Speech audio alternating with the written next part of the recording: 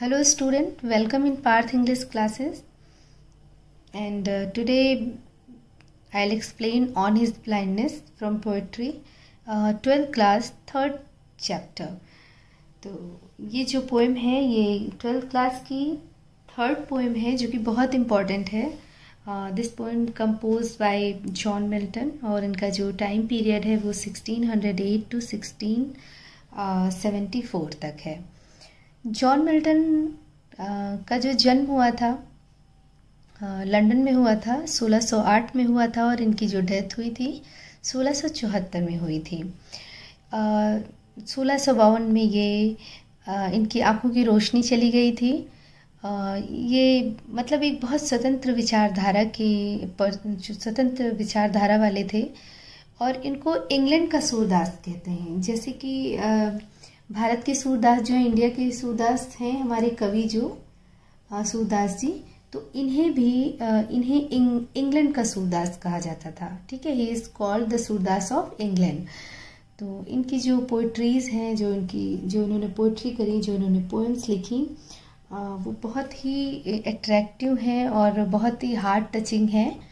तो उसको हम लोग पढ़ेंगे कि ये जब इनकी आंखों की रोशनी चली गई 1652 में, तो उसके बाद इन्होंने कैसे महसूस किया और ये जो लाइंस लिखी क्यों लिखी और ये क्या कहना चाहते हैं इन लाइंस में, वो हम लोग देखेंगे इस पोएम में। ठीक है, 14 लाइंस की पोएम है ये और 14 लाइंस की पोएम है। जो 14 लाइंस की पोएम होती है स्टूडेंट, उन्हें सनेट बोलते हैं।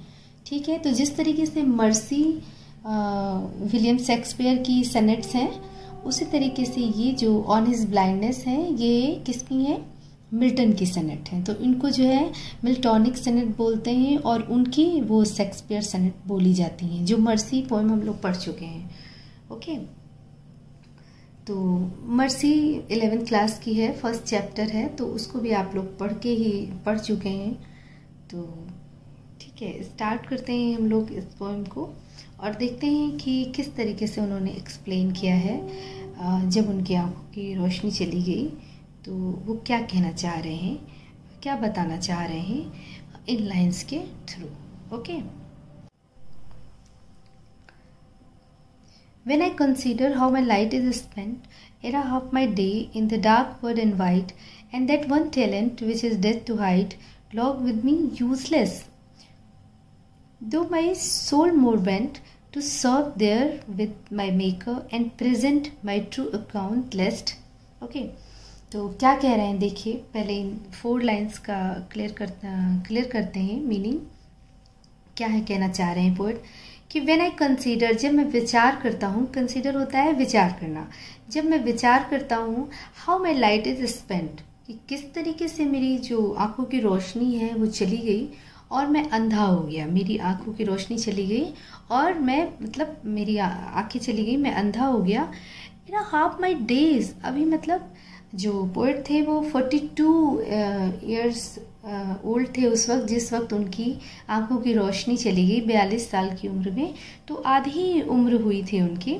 तो कह रहे हैं किस तरीके से मेरी 42 साल की उम्र में, मेरी आधी उम्र में मेरी आंखों की रोशनी चली गई।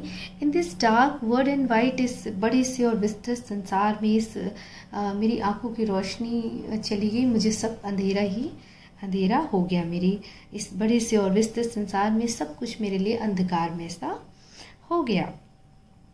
And that one talent which is death to hide, और एक टैलेंट जो मुझ में भरा पड़ा है, एंड दैट वन टैलेंट, एक जो टैलेंट है मेरे अंदर, which is death to hide, लॉग मतलब होता है भरा पड़ा है, विद मी यूजलेस। कह रहे हैं कि एक जो टैलेंट है मेरे अंदर, टैलेंट कौन सा, पोइट्री करने का, कविता लिखने का। तो एक जो मेरे अंदर टैलेंट है जिससे कि मैं ईश्वर का गुणगान करता हूँ, ईश्वर का गुणगान करना चाहता हूँ, आगे और भी अच्छी पोएम्स लिखना चाहता हूँ, उनकी प्रशंसा के लिए कुछ लिखना चाहता हूँ।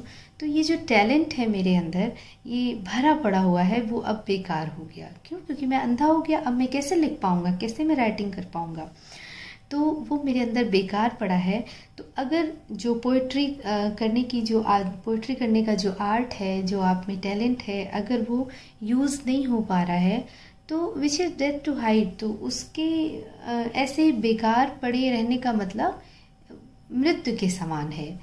मतलब ये जीवन ऐसा लग रहा है कि मृत्यु के समान है। किसी चीज़, कोई टैलेंट छुपा हुआ हो जो मुझे बहुत अच्छे से किसी चीज़ को करना आता है और मैं उसको नहीं कर पा रहा हूँ, वो छुपा पड़ा है, भरा पड़ा है, बेकार हो रहा है, तो वो तो एक मृत्यु के जैसा हो गया, मृत्यु के समान है। टैलेंट छुपना जैसे मृत्यु के समान है। To serve therewith my maker, तो देखिए यहाँ से देखना है आपको।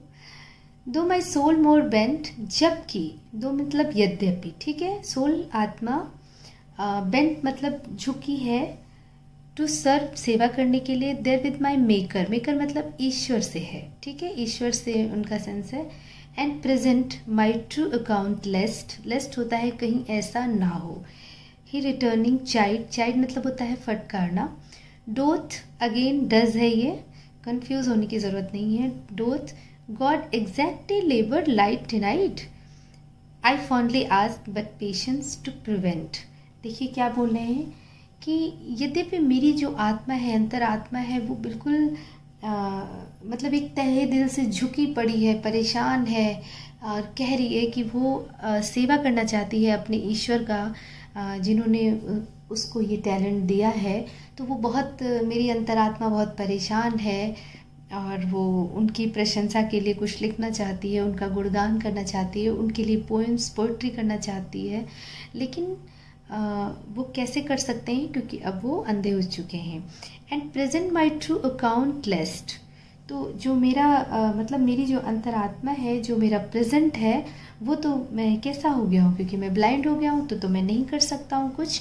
तो लेस्ट, क्योंकि जो मेरा प्रेजेंट है वो अब अंधकार में है, तो लेस्ट होता है कहीं ऐसा ना हो। ही रिटर्निंग चाइल्ड, वो मुझे फटकारे, कौन, ईश्वर।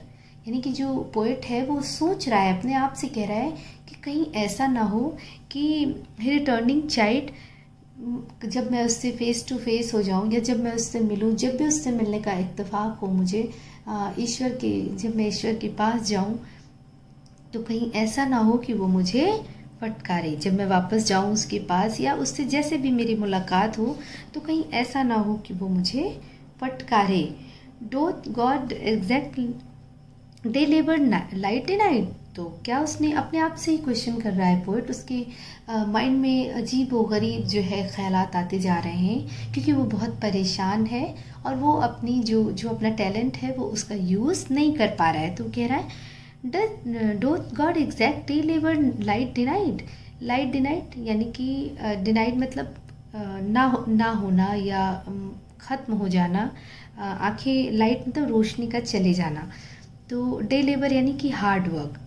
तो कहता है पोएट कि क्या गॉड जो है ऐसा एक्सपेक्टेशन रखते हैं जिसकी आंखों की रोशनी चली गई है उस व्यक्ति से कि वो हार्ड वर्क कर सकता है। मतलब क्या भगवान भी ऐसी उम्मीद उस इंसान से रखेंगे जिसके पास आंखों की रोशनी ही नहीं है कि वो दिन रात काम करे, हार्ड वर्क करे। ठीक है। आई फॉन्डली आस्क, मैंने मूर्खतापूर्ण पूछा अपने आप से, मतलब वो मन में ही बात कर रहा है कि क्या गॉड ऐसा कर सकते हैं कि वो जिसकी आंखों की रोशनी है उससे काम की उम्मीद करेंगे, उससे पोइट्री की उम्मीद करेंगे, हार्डवर्क की उम्मीद करेंगे। बट पेशेंस, धैर्य, पेशेंस होता है धैर्य, प्रिवेंट रोकना, बट पेशेंस टू प्रिवेंट, लेकिन तुरंत ही धैर्य ने रोका। जो धैर्य होता है ना, धैर्य, देखिए मन के अंदर अगर आप कुछ भी गलत बोल रहे हो तो आपके अंतरात्मा से एक वॉइस आती है कि नहीं दिस इज़ रॉन्ग। तो जो लोग उस पर जो लोग उसको कंसीडर कर लेते हैं वो वहीं पे उसको राइट कर लेते हैं, लेकिन जो उसको इग्नोर कर देते हैं वो वहीं पर गलत करते हैं। तो जैसे कि ये भी गॉड के लिए इस तरीके की बात इसके माइंड में आई, तो तभी क्या हुआ, पेशेंस प्रिवेंट, जो धैर्य था उसने उसको तुरंत रोका। प्रिवेंट मतलब होता है रोकथाम करना, रोकना, तो जो तुरंत उसको रोक दिया। Okay. That Mohammed soon replies, God doth not need either man's work or his own gift. Who best wear his mild yoke, they serve him best. His estate is kingly, thousand at his bidding speed, and post o'er land and ocean without rest. They also serve who only stand and wait. तो क्या कह रहे हैं कि जो धैर्य था उसने रोका और एक रिप्लाई आया, एक बुदबुदाहट से आई, जल्दी ही अंदर से एक रिप्लाई आया, उत्तर आया उसकी अंतरात्मा से, मतलब अंदर से एक आंसर आया। क्या आया कि गॉड डोथ नॉट नीड, गॉड को किसी आवश्यकता नहीं है, नीड मतलब ज़रूरत, आवश्यकता नहीं है इधर मैंस वर्क, ना ही किसी व्यक्ति के काम की और ना ही उसके उपहारों की। यानी कि ईश्वर को किसी व्यक्ति के काम की, किसी के हार्डवर्क की या उसके उपहारों की ज़रूरत नहीं है। क्यों ज़रूरत नहीं है? Who best bear his mild yoke they serve him best, his state is kingly. यानी क्योंकि जो भगवान हैं, जो ईश्वर हैं, उनका जो राज्य है वो राजसी है, यानी कि वो तो ईश्वर हैं और उनके लिए वो भी लोग बहुत अच्छा करते हैं, जैसे कि जो उनके द्वारा दिए हुए कष्टों को सहते हैं और उनके कष्टों को सह करके चुप रहते हैं और अपने वर्क को करते जाते हैं। जैसे आपने देखा होगा कि जो बैल होते हैं उनके गले में एक बहुत बड़ा सा बेल टाइप का डाल देते हैं, ये जो माइल्ड योक है, योक, तो ये जो उनके गले में डाल देते हैं बहुत हैवी सा, तो वो चलते हैं तो उनको बहुत प्रॉब्लम होता है, वो लगता है तो ये एक तरीके का एक पेन है जो उनको होता है, लेकिन फिर भी वो अपने वर्क को करते हैं। तो इस तरीके से कहने का ये एग्जाम्पल, ये बेयर मतलब होता है सहना, ठीक है। तो वो लोग भी वो उनकी सेवा करते हैं, जो लोग उनके द्वारा दिए गए कष्टों को सहते हैं और सहने के बाद अपने काम को करते रहते हैं, कुछ नहीं कहते हैं, ठीक है। यानी कि अगर गॉड ने आपको कोई तकलीफ दी है या आपका एग्ज़ाम ले रहा है तो आप उस एग्ज़ाम को देते जा रहे हैं बगैर एनी, मतलब विदाउट एनी कंप्लेन, तो आप भी उसकी बहुत अच्छी सेवा ही कर रहे हैं। हिज स्टेट इज किंगली, उनका क्योंकि जो राज्य है वो राजसी है। 1000 यानी कि हजारों, at his bidding speed and post over land and ocean without rest, यानी कि बिना रुके हुए समुद्र में, ओवर लैंड ज़मीन पे, यानी कि ज़मीन में, समुद्र में, कहीं भी आप कह सकते हैं, आकाश में, कहीं पर भी, हर जगह पे हजारों लोग उसकी आज्ञा, बिडिंग मतलब आज्ञा, उसकी आज्ञा से बिना रेस्ट किए, बिना आराम किए उसकी सेवा करने के लिए तैयार खड़े रहते हैं या करते रहते हैं, ठीक है। वो बिल्कुल उनकी तैयार हैं, उनकी सेवा करते हैं और हजारों लोग, चाहे ज़मीन हो, आसमान हो, समुद्र हो, कहीं पर भी हजारों देवदूत लगे हुए हैं जो उनकी सेवा करते रहते हैं बिना रुके हुए। They also serve who only stand and wait, और वो लोग भी सेवा ही करते हैं जो अपना टर्न आने का वेट कर रहे हैं और खड़े होकर के इंतज़ार कर रहे हैं, ठीक है। क्योंकि टर्न बाय टर्न वर्क होता है कि आपका टर्न आया अब आप करिए, आपका टर्न आया अब आप करिए, तो उसी तरीके से वो लोग भी सेवा ही कर रहे हैं जो खड़े होकर के अपनी बारी की प्रतीक्षा कर रहे हैं कि अब मेरा टर्न आएगा तो हम अपना काम करेंगे, हम अपनी सेवा करेंगे। तो वो लोग भी गॉड की सेवा करते हैं। तो कहने का मतलब ये कि पोइट को बहुत परेशानी थी इस बात से कि वो ब्लाइंड हो गया है, वो कैसे सेवा कर पाएगा, कैसे गॉड के अप्रिसिएशन में पोएम्स लिख पाएगा, जो कि उसका दिल चाहता है बहुत ही करना, उसको बहुत प्यार से उसको करना, लेकिन वो नहीं कर पा रहा है। तो लेकिन ठीक है, फिर उसने जब ये फॉन्डली सा एक फुलिशली क्वेश्चन किया तो उसको आंसर मिला, अपने अंदर से उसको आंसर मिला, उसकी अंतरात्मा ने ही उसको समझाया कि नहीं, गॉड को किसी भी व्यक्ति के उपहार और काम की ज़रूरत नहीं है।